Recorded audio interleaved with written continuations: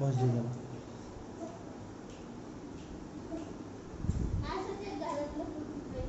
इकडे आण त्याला. सोड त्याला सोड.